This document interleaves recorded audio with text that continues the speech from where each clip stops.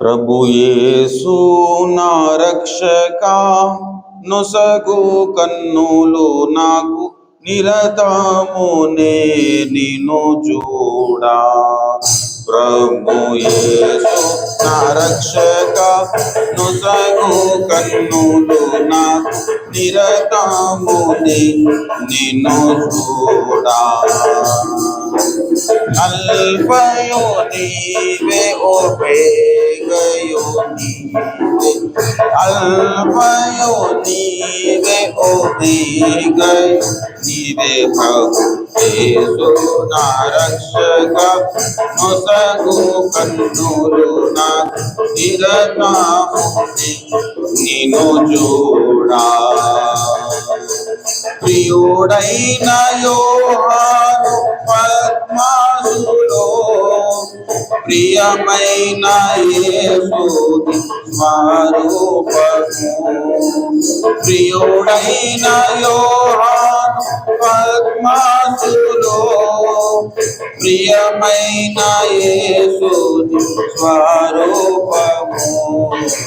ప్రియమార చూసి బహుధన్యుడాయే, నిన్ను చూడనిమ్ము. ప్రియమార చూసి బహుధన్యుడాయే, ప్రియ ప్రభు నిన్ను చూడనిమ్ము. ప్రభు యేసు నా రక్షక, నొసగు కన్నులు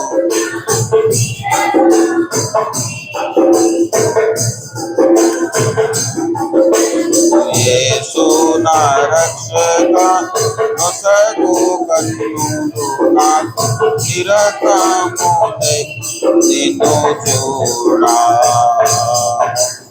ఎందారేసుని వైపు చూచెదరో, పొందెదరు వెలుగుముఖమునా. ఎందారేసుని వైపు చూచెదరో,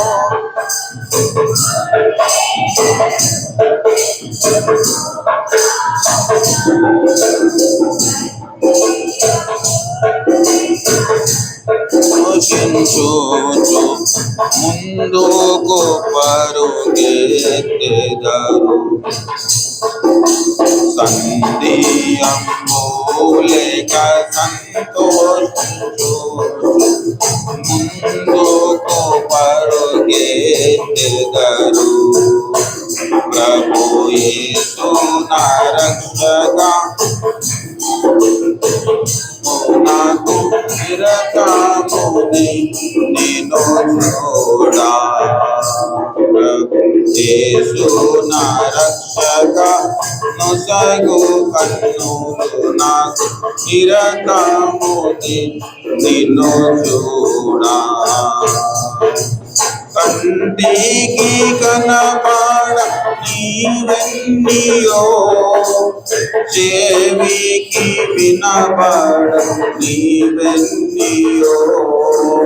కంటికి కనబడ నీవెన్నియో, చెవికి వినబడ నీవెన్నియో.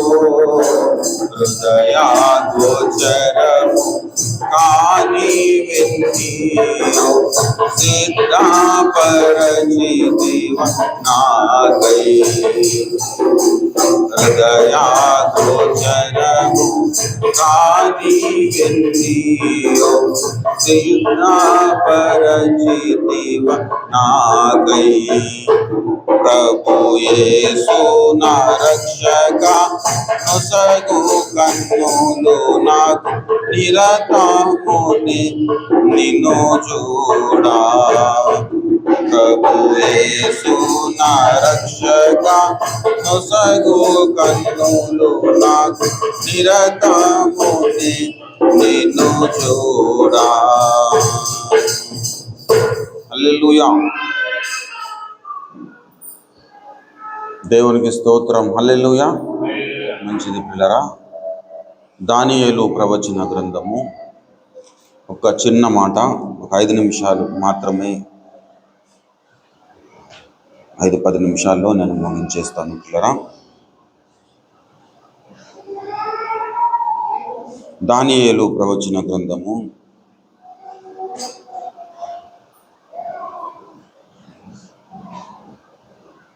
10వ అధ్యాయము. దానియేలు ప్రవచన గ్రంథము 10వ అధ్యాయము 18-19 వచనాలు చదువుకుందాం ప్రియరా. 20వ వచనము వరకు 18-19 వచనాలు చదువు. దానియేలు 10-18-19 వచనాలు. అతడు మరల నన్ను ముట్టి నన్ను బలపరిచి, నీవు బహుప్రియుడవు, భయపడకుము, నీకు శుభమవునుగాక, ధైర్యము తెచ్చుకొమ్మని నాతో చెప్పాను. అతడు నాతో ఇట్లనగా, నేను ధైర్యము తెచ్చుకొని నీవు నన్ను ధైర్యపరిచితివి గనుక నా ఏలిన వాడవైన నీవు ఆజ్ఞ ఇమ్మని చెప్పి తిని. చదవబడిన ఈ పరిశుద్ధ లేఖన భాగమును మన వినికిడిలో దేవుడు ఆశీర్వదించి ఫలింపజేసి మహిమనందును గాక. ఆమేన్. ప్రభువునందు ప్రియమైన దేవుని బిడ్డలారా, దానియేలు అనే మాటకు అర్థము, దానియేలు అంటే దేవుడే నా న్యాయాధిపతి అని అర్థం. దేవుడే నా న్యాయాధిపతి. దానియేలు దేవుని దృష్టికి బహుప్రియుడుగా ఉన్నాడట. దేవుని చేత బలపరచబడ్డాడు, దేవుని చేత ధైర్యపరచబడ్డాడు. నీవు ధైర్యము తెచ్చుకోము దానియేలు, నీకు శుభమగునుగాక అన్నాడు. నువ్వు ధైర్యము తెచ్చుకోమని నాతో చెప్పాను. అతడు నాతో ఇట్లనగా, నేను ధైర్యము తెచ్చుకొని నీవు నన్ను ధైర్యపరిచితివి కనుక నా ఏలిన వాడవైన నీవు ఆజ్ఞయముడు. దేవుని చేత మరి అనునిత్యము బహుప్రియుడు అని పిలువబడిన శ్రేష్ఠ భక్తుడు దానియేలు భక్తుడు. 10వ అధ్యాయము 11వ వచనంలో చూసినట్టు, దానియేలు నువ్వు బహుప్రియుడవు గనుక నేను నీ యొద్దకు పంపబడి తిని, నీవు లేచి నిలవబడి నేను నీతో చెప్పు మాటలు తెలుసుకునమని అతడు మాటలు నాతో చెప్పగా నేను వణుకుచూ నిలబడి తిని. ప్రభునందు ప్రియులారా, దానియేలును దేవుడు నిలవబెట్టాడు.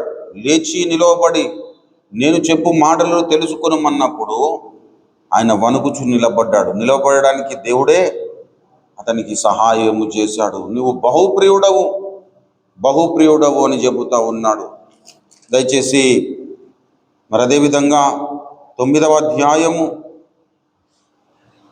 23వ వచనంలో కూడా చెబుతాడు, నీవు బహుప్రియుడవు కనుక నీ విజ్ఞాపన చేయనారంభించినప్పుడు ఈ సంగతిని నీకు చెప్పుటకు వెళ్ళవలెనని, కావున ఈ సంగతిని తెలుసుకొని నీకు కలిగిన దర్శన భావమును గ్రహించుము.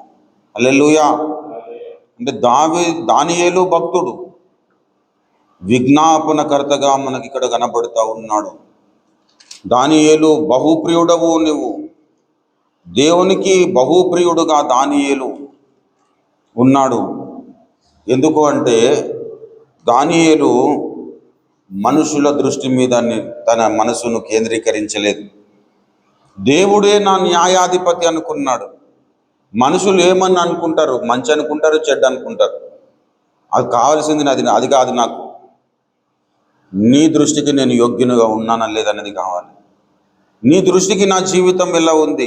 నీ దృష్టికి నేను న్యాయముగా నడుచుకుంటున్నానా? నీ దృష్టికి నేను పరిశుద్ధంగా జీవిస్తున్నానా? నీ దృష్టికి ప్రియునిగా ఉన్నానా లేదా?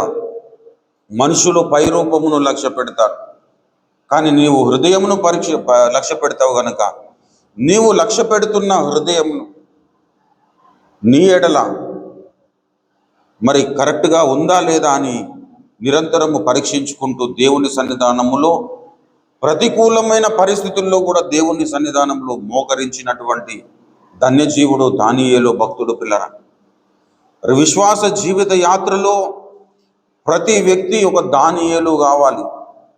ప్రతి వ్యక్తి దానియేలు కావాలంటే మనకు ఉన్న పేర్లన్నీ తీసేసి దానియేలని పెట్టుకోవడం కాదు పిల్లల. దేవుడే మన న్యాయాధిపతిగా ఉండాలి పిల్లల. దేవుడే మన న్యాయాధిపతిగా ఉండాలి. మనకు సహాయకుడుగా దేవుడు ఉండాలి. మనల్ని నిలబెట్టేవాడుగా దేవుడు ఉండాలి. మన ప్రార్థన వినేవాడుగా దేవుడు ఉండాలి. అంటే మనము దేవునికి ప్రియులముగా మనము మారిపోవాలి.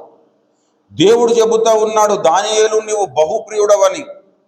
లోకములో ఉన్న ఒక వ్యక్తి చెప్పడము వేరు ప్రియుల.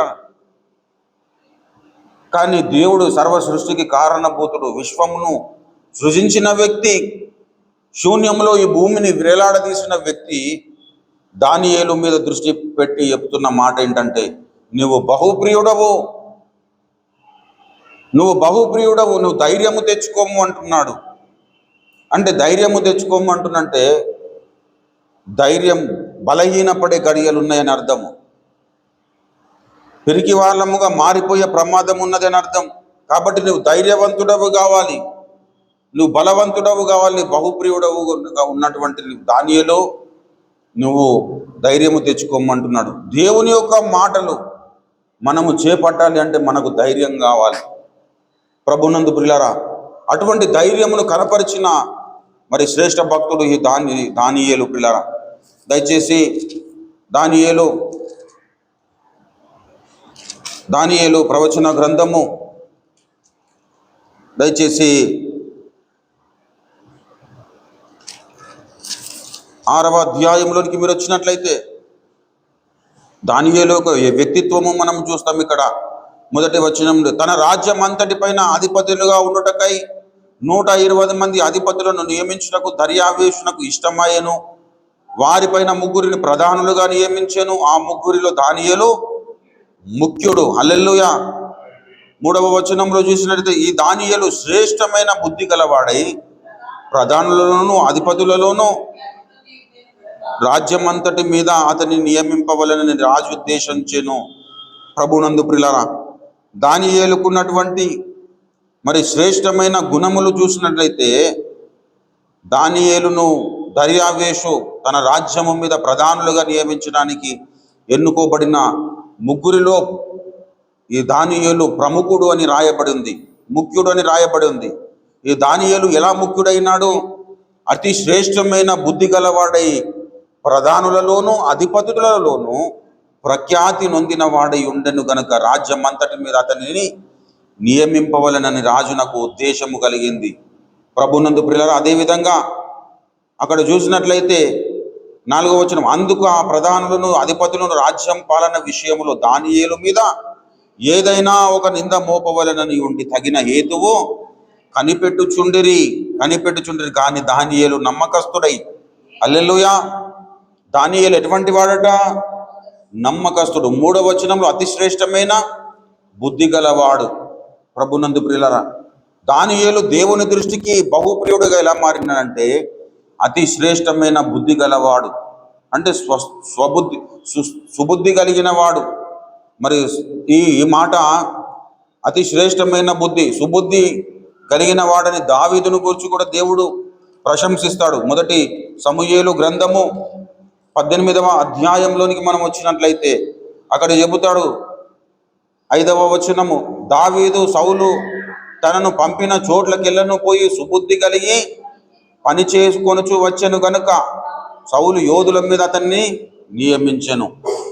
దేవుడు ఒక వ్యక్తిని ఒక అధికారముతో నియమిస్తున్నాడంటే మనుషుల దృష్టి ప్రకారంగా చూసి నియమించాడు పిల్లరా. చాలామంది ఒక మీమాంసలో ఉంటారు ఏంటంటే, ఈ వ్యక్తిని దేవుడు ఎందుకు నియమించుకున్నాడు అని ఆలోచన చేస్తూ ఉంటారు.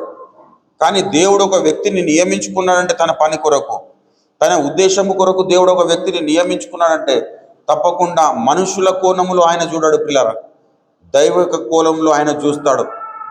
ఆయన చూసి మనుషులను ఏర్పాటు చేసుకుంటాడు. అలా ఏర్పాటు చేసుకున్న వారిలో దావీదు భక్తుడు ఇక్కడ కనబడుతూ ఉన్నాడు. ఇతడులో ఉన్నది మిగతా వారిలో లేని పరిస్థితి ఏంటంటే దావీదు మిగుల సుబుద్ధి కలిగిన వాడని రాయబడింది.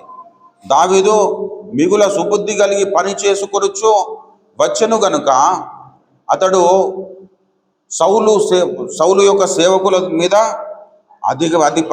అతన్ని నియమించెను అన్నాడు. అదేవిధంగా జనులందరి దృష్టికి, సౌలు సేవకుల దృష్టికి దావీదు అనుకూలుడై ఉండెను. ప్రభువునందు ప్రియమైన దేవుని బిడ్డలారా, దావీదు మరి జనులందరి దృష్టికి, మరి సౌలు సేవకుల దృష్టికి ఇతడు అనుకూలుడుగా ఉన్నాడు. సుబుద్ధి కలిగి ప్రవర్తించాడు. ఎక్కడికి పంపిస్తే అక్కడ మరి సుబుద్ధి కలిగి పని చేసుకొని వచ్చాడు. 14వ వచనం చూడండి. మరియు దావీదు సమస్త విషయంలో సుబుద్ధి కలిగి ప్రవర్తింపగా యెహోవా అతనికి తోడై ఉండెను. హల్లెలూయా. ఇప్పుడు బాహుప్రియుడవైన దానియేలు అని పిలిచిన దానియేలుకు దేవుడు తోడుగా ఉన్నాడు. తోడుగా ఎక్కడున్నాడు? సింహపు బోనులో ఉన్నాడు. హల్లెలూయా. బయట ఉన్నప్పుడు ఉన్నాడు, సింహపు బోనులో వేయబడ్డప్పుడు కూడా ఉన్నాడు. తోడుగా ఉన్నాడు. ఇక్కడనేమో దావీదుకు తోడుగా ఉన్నాడు. ఎక్కడ తోడుగా ఉన్నాడంటే సమస్త విషయంలో సుబుద్ధి కలిగి ప్రవర్తింపగా యెహోవా అతనికి తోడుగా ఉండెను. దావీదు మిగుల సుబుద్ధి కలిగి ప్రవర్తించుట సౌలు చూచి మరీ అధికముగా అతనికి భయపడ్డాడు. సౌలు రాజుగా ఉన్నాడు, రాజ్యాధికారం అంతా ఆయన చేతిలో ఉన్నది. కానీ దావీదును చూస్తే సౌలు భయపడతా ఉన్నాడు.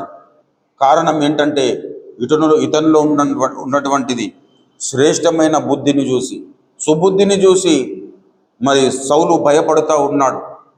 ప్రభునందు ప్రియులారా, ఎవరైతే సుబుద్ధి కలిగి ప్రవర్తిస్తారో వారిని దేవుడు బహుప్రియులనుగా ఎంచుకుంటారు. ఇక్కడ దానియేలును గమనించారు. వీణ ప్రవర్తన విషయంలో కానీ ఏదైనా విషయంలో ఇతనికి ఏదైనా తప్పు పట్టుకుందాము, ఏదైనా ఒక నింద మోపుదామని చాలా కాలము ప్రయాసపడ్డారు. 4వ వచనంలో 6:4 దానియేలు 6:4లో అందుకు ఆ ప్రధానులు, అధిపతులు రాజ్య పాలన విషయంలో దానియేలు మీద ఏదైనా ఒక నింద మోపవలన నుండి తగిన హేతు కనిపెట్టుచుండేది. కానీ దానియేలు నమ్మకస్తుడై ఏ నేరమైనను ఏ తప్పైనను, దేవుని నామానికి స్తుతి కలుగును గాక, దేవుడు ఒట్టిగానే బహుప్రియుడు అని అనడం లేదు ప్రియులారా. ఇతడు ఎటువంటి నమ్మకమైన స్థితి కలిగి ఉన్నాడంటే అతను తన జీవితంలో ఏ తప్పైనను ఏ నేరమైనను చేయకుండా మరి అనేకులు లోపము ఏదైనా కనుగొందామని పరీక్షిస్తున్న వారందరికీ ఎటువంటి అవకాశమే దొరకకుండా ఇతని ప్రవర్తన ఉండింది పిల్లరా. అందుక మనుషులు అతని దేవుని పద్ధతి విషయమే తప్ప మరి ఏ విషయమందును అతని లోపము కనుగొనలేమని అనుకున్నారు. అప్పుడు ఏం చేశారు? అప్పుడు ఒక చట్టము తీసుకొచ్చారు. 7వ వచనము, రాజ్యపు ప్రధానులు, సేనాధిపతులు, మంత్రులు, సంస్థానాధిపతులు అందరూ కూడి రాజు ఒక ఖండితమైన చట్టము స్థిరపరిచి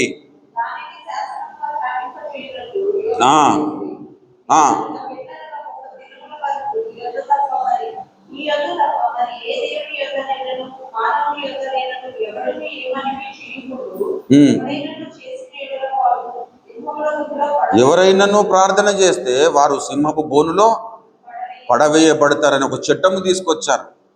ఆలోచన చేశారు, మరి రాజు ముందు తప్ప ఇంకా ఎవరి ముందు కూడా ఏ వ్యక్తి కూడా మోకరించడానికి వీలు లేదని ఒక చట్టం తీసుకొచ్చారు. ఇట్టి శాసనము సంతకము చేయబడిన విషయము దానియేలునకు తెలియజేయబడిందట. 10వ వచనము చూడండి. ఇట్టి శాసనము సంతకము చేయబడినని దానియేలు తెలుసుకొనినను అతడు తన ఇంటికి వెళ్ళి యథాప్రకారముగా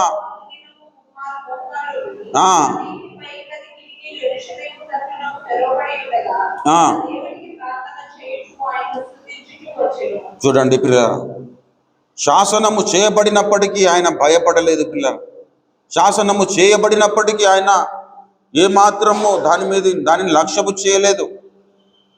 అంటే దేవుని మీద మిక్కటమైన గురి కలిగి జీవనాన్ని సాగిస్తున్న ధన్యజీవి ఈ దానియేలు భక్తుడు. పిల్లల, దేవునికి బహుప్రియుడైనడంటే ఆయనలో దేవునికి ఇష్టకరమైన పరిస్థితులు ఉంటే తప్ప బహుప్రియుడు కాలేడు పిల్లలు. ఈ లోకము డబ్బును బట్టి ప్రియులుగా మారిపోతారు. ఈ లోకము అందమును బట్టి ప్రియులుగా మారిపోతారు. ఐశ్వర్యమును బట్టి, అందమును బట్టి, బలమును బట్టి, శౌర్యమును బట్టి మరి ప్రియులుగా మారిపోతారు. ఒక వ్యక్తికి మంచి అధికారం ఉన్నదనుకో, వాడంటే మనకు నచ్చకపోయినా కానీ వాడిని గౌరవిస్తాము, ప్రియునిగా ఎంచుతాము. కానీ దేవుడు అటువంటి వ్యక్తిత్వము కలిగిన వాడు కాదు పిల్లల. ఎటువంటి తప్పు వెతకడానికి కూడా అవకాశం లేనటువంటి స్థితిలో ఉన్నటువంటి ఈ భక్తుని దేవుడు బహుప్రియుడుగా పిలుస్తూ ఉన్నాడు. అట్టి శాసనము చేయబడింది. ఆ శాసనము చేయబడినప్పటికీ కూడా ఆ శాసనమును ఏమాత్రం ఖతరు చేయకుండా దేవుని సన్నిధానములో మోకరించిన శ్రేష్ఠ భక్తుడు దానియేలు. ఆ కారణాన్ని బట్టి ఏమైంది? 13వ వచనము చూడండి. అందుకు వారు చెరపట్టబడిన యూదులలో ఉన్న ఆ దానియేలు నిన్నే గాని అనుదినము ముమ్మారు ప్రార్థన చేయుచున్నాడనిరి. రాజు ఆ మాట విని బహుగా వ్యాకులపడ్డాడు. ఎందుకు కోపపడాలి కదా, వ్యాకులపడాల్సిన అవసరం ఏంటి అంటే అలా చేస్తాడని ఆయనకు తెలుసు ముందుగానే. అదే మీరు కావాలనుకొని దానియేలుకు వ్యతిరేకముగా ఈ చట్టము తీసుకొచ్చారని ఆ దర్యావేషుకు తెలుసు ప్రియులారా. తెలిసి ఆయన వ్యాకుల పడుతున్నాడు. తనలో తాను మరి దానియేలు రక్షింపవలెనని తన మనసులో దృఢపరుచుకొని, హల్లెలూయా. అంటే దేవునికి బహుప్రియుడుగా ఉంటున్నటువంటి వ్యక్తి మనుషులందరికీ కూడా ప్రియుడుగా మారిపోతాడు. రాజులకు ప్రియుడుగా మారిపోతాడు పిల్లల. గొప్పవారికి ప్రియుడుగా మారిపోతాడు. నెహెమ్యా మరి వేరే ఒక దేశములో పనిచేస్తున్నప్పుడు అక్కడ నెహెమ్యాను ఆ రాజు అడుగుతాడు, ఎందుకు ఇంత విచారముగా నీవు ఉన్నావు నెహెమ్యా అని అడిగినప్పుడు, నా పితరుల సమాధులుంటున్న దేశము పాడైపోయి ఉంటుండగా, దాని గుమ్మంలో అగ్ని చేత కాల్చబడి ఉంటుండగా నేను సంతోషిస్తాను? చదవండి అన్నమాట. నెహెమ్యా ప్రవచన గ్రంథము.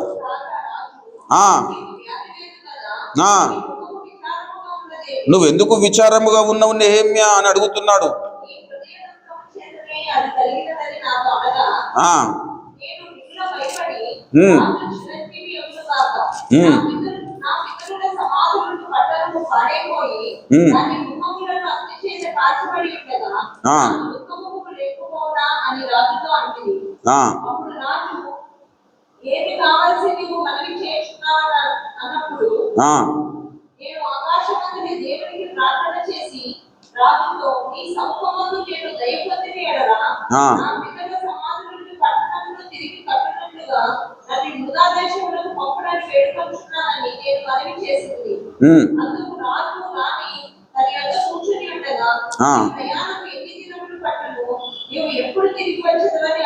దేవుని నామానికి స్తుతి కలుగును గాక.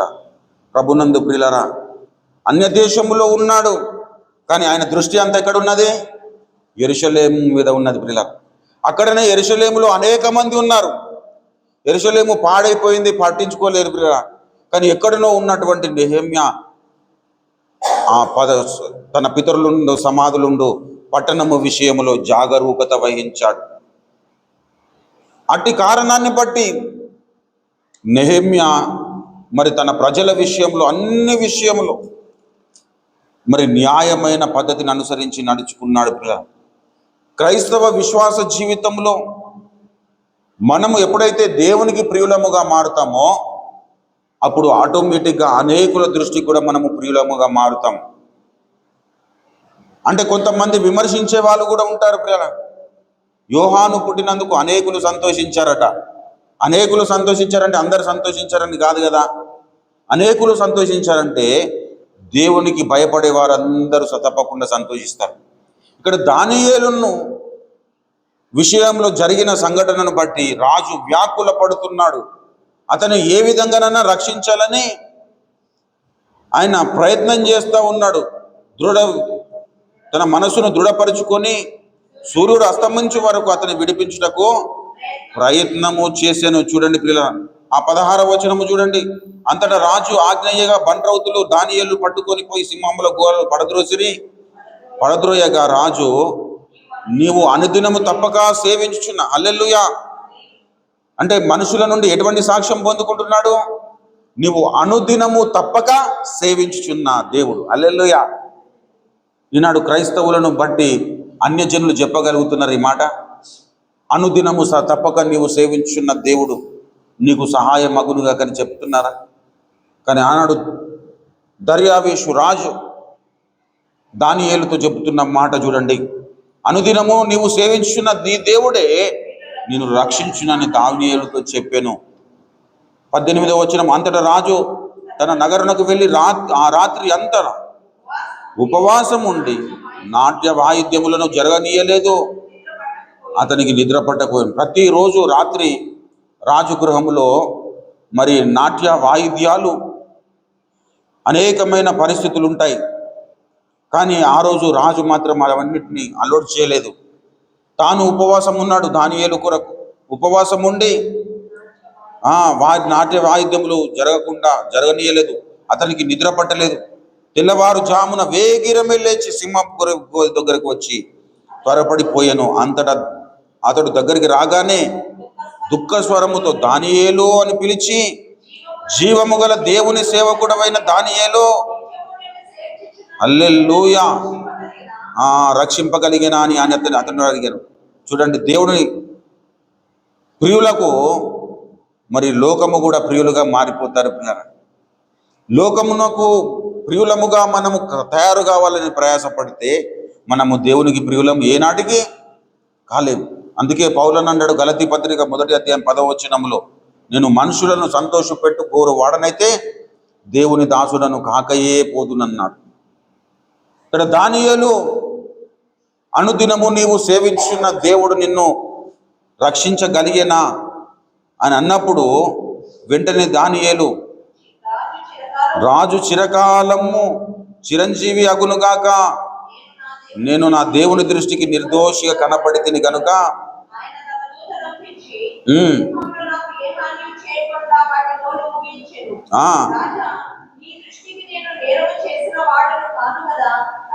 దేవుని నామానికి స్తుతి కలుగును గాక. చూడండి పిల్ల, దేవుని దృష్టికి నిర్దోషిగా కనపడితిని కనుక, ఈ లోకములో దేవుని దృష్టికి మనము నిర్దోషులముగా కనపడే అనుభవమును మనము కలిగి ఉండాలి పిల్ల.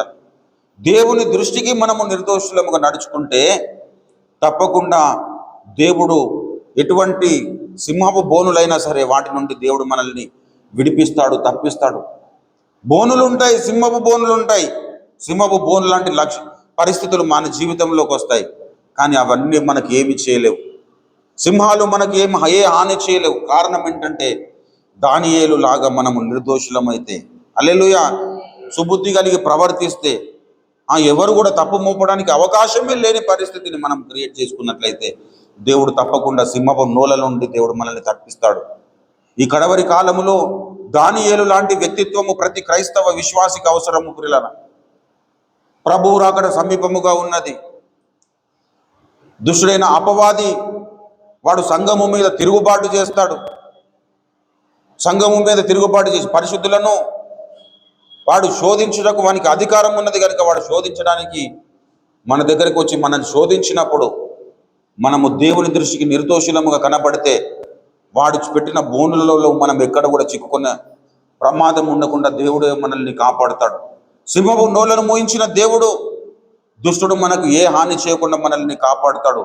మనకు ఉండవలసిన లక్షణం ఏంటంటే దేవుని దృష్టికి మనము బహుప్రియులముగా తయారైపోవాలి. హల్లెలూయా. దేవుని దృష్టికి మనము బహుప్రియులము కావాలి. లోకము దృష్టికి బహుప్రియులైన వాళ్ళు దేవుని దృష్టికి బహుప్రియులుగా కాలేరు ప్రియులరా. కాబట్టి దేవుని దృష్టికి మనం యోగ్యులముగా బ్రతకాలన్న తృష్ణ మనలో ఉండాలి. దేవుని దృష్టికి మనం యోగ్యులముగా తీర్చబడాలన్న తృష్ణ మనలో ఉండాలి. దేవుడే నాకు న్యాయాధిపతి, నాకు తప్పకుండా ఆయన నాకు న్యాయము చేస్తాడు, నన్ను విడిచిపెట్టాడనే తృష్ణ మనలో ఉండాలి. అటువంటి నమ్మకంతో దానియేలు బ్రతికినాడు. అలా బ్రతికినాడు కాబట్టి దానియేలు దేవుడు అద్భుత రీతిగా రక్షించాడు. చూడండి దయచేసి 23వ వచనములో, రాజు ఇందును గురించి అతి సంతోషభరితుడై దానియేలును గుహల నుండి పైకి తీయుడని ఆజ్ఞయ్యగా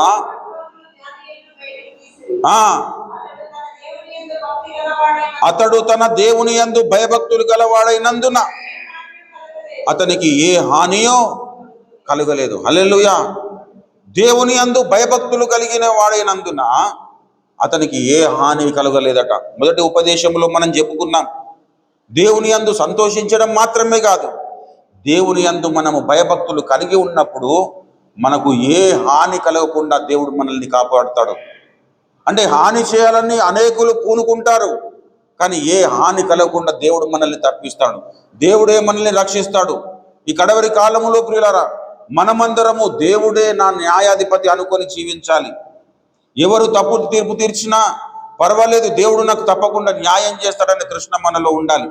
సింహము బోనులో వేయబడడానికి అవకాశము లేని విధంగా దానియేలు తన నడతల విషయములు ఉన్నాడు, తన ప్రవర్తన విషయములు ఉన్నాడు. ఎటువంటికి ఏ తప్పు మోపడానికైనా అవకాశము ఇయ్యలేని పరిస్థితిని కలిగి జీవించాడు.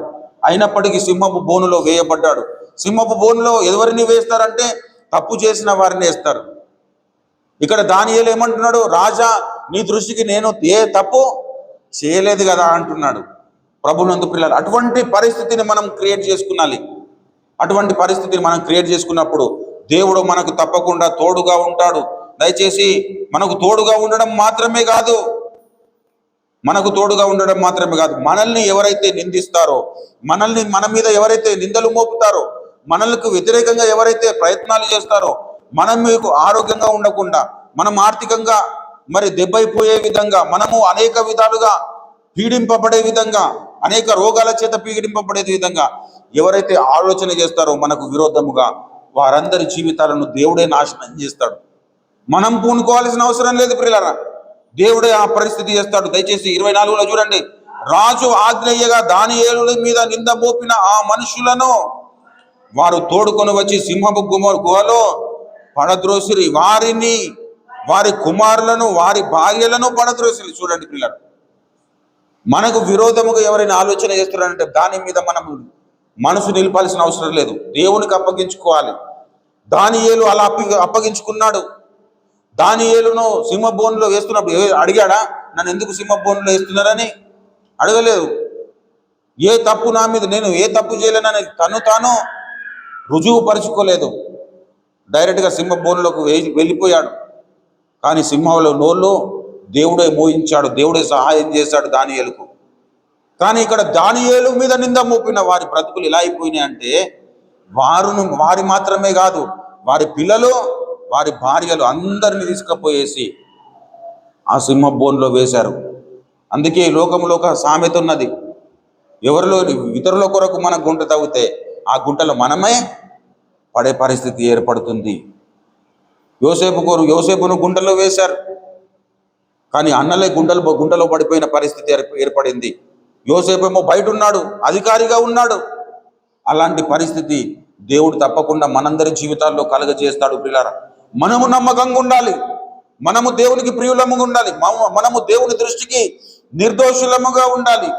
దేవుడు మన ప్రార్థన ఆలకించే వ్యక్తులముగా మనం ఉండాలి. పిల్లారా, దేవుడు మన ప్రార్థనలు వినాలి, మనకు సహాయకుడుగా ఉండాలి అనే ఉద్దేశంతో మనం ఎప్పుడైతే ముందుకు సాగుతామో, మన మీద నింద మోపేవారు, మనకు వ్యతిరేకంగా నిలబడ్డ వారందరినీ దేవుడే దండిస్తాడు. పిల్లరా, మనము దండించిన దానికంటే అధికమైన రేట్లో, ఒకవేళ దానియేలే వారికి శిక్షను విధించాలనుకుంటే పిల్లలు ఎందుకు చేసిర్రా అని చెప్పేసి పిల్లలను వదిలేసేటోడేమో, వాళ్ళ భార్యలు ఏం చేసిందని చెప్పేసి వాళ్ళ భార్యలను వదిలేసినోడేమో.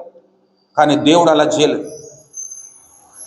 దేవుడు ఏం చేశాడంటే ఆ దర్యావేషును ప్రేరేపించి దానియేలుకు ఎవరైతే నిందలు మోపినారో వారిని, వారి పిల్లలను, వారి భార్యలందరినీ సింహబోన్లో వేశారు. వారి పరిస్థితి ఎలా అయిపోయిందంటే, వారు ఆ గుహలో అడుగునకు రాక మునిపే, ఇంకా కిందికి పడలేదు, భూమికి రగలగా మునిపే ఆ సింహాలు పైననే తమ గొంతులను పట్టుకొని చీల్చివేశాయి. పిల్లలు, అటువంటి పరిస్థితిని దేవుడు క్రియేట్ చేస్తాడు. మనుషులు మనల్ని నిందించినప్పుడు మనం భయపడొద్దు పిల్లరా. మనుషులు మనకు వ్యతిరేకముగా ఏది పలికినా మనము దాని మీద దృష్టి కేంద్రీకరించద్దు. నా జీవితమును నా దేవుని దృష్టికి యోగ్యకరంగా ఉంది అని మనము మన వ్యక్తిగతంగా సాక్ష్యం ఇవ్వగలిగిన స్థితిలో మన జీవితాలను నిలబెట్టుకోవాలి. అలా ఎప్పుడైతే మనము నిలబెట్టుకుంటామో తప్పకుండా దానియేలుకు తోడై ఉన్న దేవుడు మనకు తోడుగా ఉంటాడు. అక్కడ సింహాల పాలైపోయినారు. సింహములు వారి ఎముకలను సహితము పగుల పొడిచెను. ఆ తర్వాత 25లో చూడండి, అప్పుడు రాజగు దర్యావేషు లోకమంతటా నివసించు సకల ప్రజలు సకల జనములకు రాష్ట్రములకును ఆయా భాషలు మాట్లాడు వారికి నీలాగు వ్రాయించను, మీకు క్షేమాభివృద్ధి కలుగును గాక. నా సముఖమున నియమించిన దేమనగా నా రాజ్యములోని సకల ప్రభుత్వముల యందుండు నివాసులు దానియేలు యొక్క దేవునికి భయపడుచు ఆయన సముఖమును వణుకుచుండవలెను. ఎవరికి భయపడాలి? దేవునికి భయపడాలి. ఇక్కడ కూడా మనం చూసినట్లయితే దేవునికి భయపడాలని చెబుతూ ఉన్నాడు దర్యావేషు. ప్రభునందు పిల్లరా, దేవుని భయము ఎవరికైతే ఉంటుందో ఆ వ్యక్తి జీవితము అన్ని విధాలుగా బాగుంటుంది పిల్లరా. కాబట్టి భయము కలిగి మనము ప్రవర్తించడం నేర్చుకున్నాలి. హల్లెలూయా. దేవుని అందు భయభక్తులు కలిగి ఉన్నాడు ఈ శ్రేష్ఠ భక్తుడు దానియేలు. లోకము నన్ను ఏమనుకున్నా పర్వాలేదు, లోకము నన్ను ఎలా చేసినా పర్వాలేదు, దేవుడు నాకు న్యాయం తప్పకుండా చేస్తాడని అనుకున్నాడు. ఆ 25లోనే 26లోనే చెబుతున్నాడు, ఆయనే జీవము గల దేవుడు, ఆయనే యుగయుగములు ఉండేవాడు, ఆయన రాజ్యము నాశనము కానేరదు, ఆయన ఆధిపత్యము తుదమట్టుకు ఉండును. ప్రభునందు ప్రియులారా, 27లో చెబుతాడు, ఆయనే సింహముల నోట నుండి దానియేలును రక్షించెనని వ్రాయించెను. ఈ దానియేలు దర్యావేషు ప్రభుత్వ కాలమందు పారసీకుడకు కోరేషు ప్రభుత్వ కాలమందు వర్ధిల్లాడు. ప్రభునందు ప్రియులారా, అలా మన జీవితాలు ఉండాలి, మన బ్రతుకులు ఉండాలి. ఒక అన్యరాజు కూడా మనల గురించి సాక్ష్యం ఇవ్వగలగాలి. ఇప్పుడు రాజ్యం అంతా ఒకవేళ సువార్త ప్రకటించుంటే దానియేలుకు ఎంత టైం పట్టేది? చాలా టైం పట్టేది. కానీ దేవుడే దానియేలుకు తోడై ఉన్న కారణాన్ని బట్టి దర్యావేషు అంటున్నాడు. ఇప్పుడు దానియేలు ఏ దేవుణ్ణి అయితే పూజిస్తున్నాడో ఆ దేవుణ్ణి మీరు ఆరాధించాలి, ఆ దేవునికే భయపడాలి, ఆ దేవుణ్ణి మీరు సేవించాలి. సింహభూమిలో నుంచి నేను రక్షించలేను, ఆ దేవుడే దానియేలును రక్షించినాడు. ఆ దానియేలును రక్షించిన దేవుడే నిజమైన దేవుడని ఒక అన్యరాజు సాక్ష్యం ఇవ్వగలుగుతున్నాడు. ఈనాడు మనల్ని గురించి కూడా లోకము సాక్ష్యం ఇవ్వాలి పిల్ల. లోకము సాక్ష్యం ఇచ్చే విధంగా మన బ్రతుకులను నిలబెట్టుకున్నాను. ఫలానా వ్యక్తి దేవునికి బహుప్రియుడు, ఫలానా వ్యక్తి దేవుణ్ణి అనుదినము తప్పక సేవించుచున్నవాడు, ఫలానా వ్యక్తి సుబుద్ధి కలిగి ప్రవర్తిస్తాడు, న్యాయముగా నడుచుకుంటాడు అని లోకము సాక్ష్యం ఇవ్వగలిగిన స్థితిలో మన జీవితాలను బిల్డ్ చేసుకున్నాలి పిల్ల. అలా బిల్డ్ చేసుకున్నాలంటే దానియేలు దేనిని అనుసరించాడో దానిని మనము అనుసరించాలి. నా దేవుని దృష్టికి నేను నిర్దోషిగా కనబడి తిని కనుక అన్నాడు. దేవుని దృష్టికి నిర్దోషులముగా నడుచుకోవాలి. మన మాటల విషయంలో కానీ, ప్రవర్తన విషయంలో కానీ, చూపుల విషయంలో కానీ, క్రియల విషయంలో కానీ దేవుడు నిందించదగిన స్థితిలో మన జీవితాలు ఉండకుండా మనము జాగరూకత వహించాలి. అప్పుడు దేవుడు అన్ని విధాలుగా మనల్ని తోడుగా ఉండి నడిపిస్తాడు. హల్లెలూయా. అటువంటి కృప సహాయము ఈనాడు క్రైస్తవ సమాజానికి, ప్రత్యేకంగా మన సంఘానికి దేవుడు అనుగ్రహించి దైవ చిత్తానుసారమైన వ్యక్తిత్వముల చేత మనల్ని నింపి దేవుని దృష్టికి బహుప్రియులనుగా ఈ లోకములో జీవింపజేస్తూ మన చేసి నడిపించి మహిమనందును గాక. ఆమేన్. రండి ప్రియులారా, మనం ప్రార్థన చేసుకుందాం. హల్లెలూయా, హల్లెలూయా, హల్లెలూయా, హల్లెలూయా, హల్లెలూయా, హల్లెలూయా. యేసయ్యా నీకు వందనాలు, స్తోత్రములు, స్తోత్రములు. గొప్ప దైవమ్మా నీకు వందనాలు, అద్వితీయ సత్యదైవమ్మా నీకు స్తోత్రములు. ప్రభువా, మమ్మల్ని దర్శించి మాతో మాట్లాడినందుకు నీకు వందనాలు, నీ స్వరమును వినజేసినందుకు నీకు వందనాలు. మేము కూడా ఈ లోకములో నీకు బహుప్రియులముగా మేము జీవించడానికి మీరు సహాయము చేయండి. మా వ్యక్తిత్వము విషయంలో ఎవరు నిందించలేని స్థితిలో మా జీవితంలో ఉండున్నట్లుగా, సుబుద్ధి కలిగి, అతి శ్రేష్టమైన బుద్ధి కలిగి మేము ప్రవర్తించినట్లుగా మీరే మాకు సహాయము చేయండి అని వ్యక్తిగతంగా నన్ను ఒక దానియేలును తయారు చేయండి ప్రభువా. నా కుటుంబాన్ని దానియేలు కుటుంబముగా మార్చండి, దానియేలులో కుటుంబముగా నా కుటుంబాన్ని మార్చండి, దానియేలుల సంఘముగా నా సంఘమును మార్చండి. సార్వత్రిక సంఘం అంతా దానియేలు లాంటి వ్యక్తిత్వం కనపరిచినట్లుగా మీరు సహాయం చేయండి. అందరము ప్రార్థన చేద్దాం. హల్లెలూయా, హల్లెలూయా, హల్లెలూయా.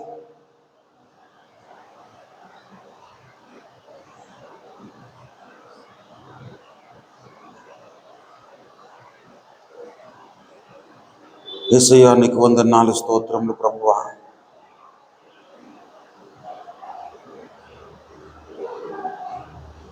గొప్ప దైవమా నీకు వందనాలు, వందనాలు.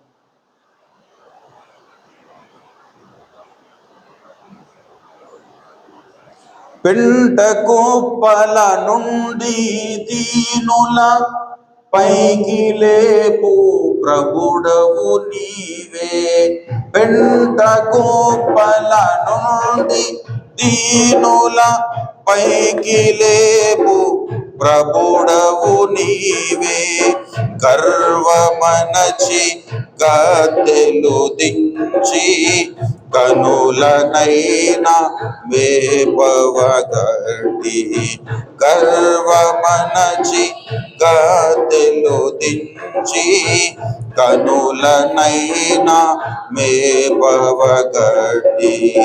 రేయి పగలు నీ పద సేవే. అగ్నివాసన నంద కుండా అబెద్నెగోలుతో నుండిన దేవా. అగ్నివాసన నంద కుండా అబెద్నెగోలుతో నుండిన దేవా. దానియేలును సింహపు బోనులో ఆదుకున్న నాదుడవీవే. దానియేలును సింహపు బోనులో ఆదుకున్న నాదుడవీవే. రేయి పగలు నీ పద సేవే. జీవదాయక చేయుట మేలు. సాటి లేని దేవుడవీవే.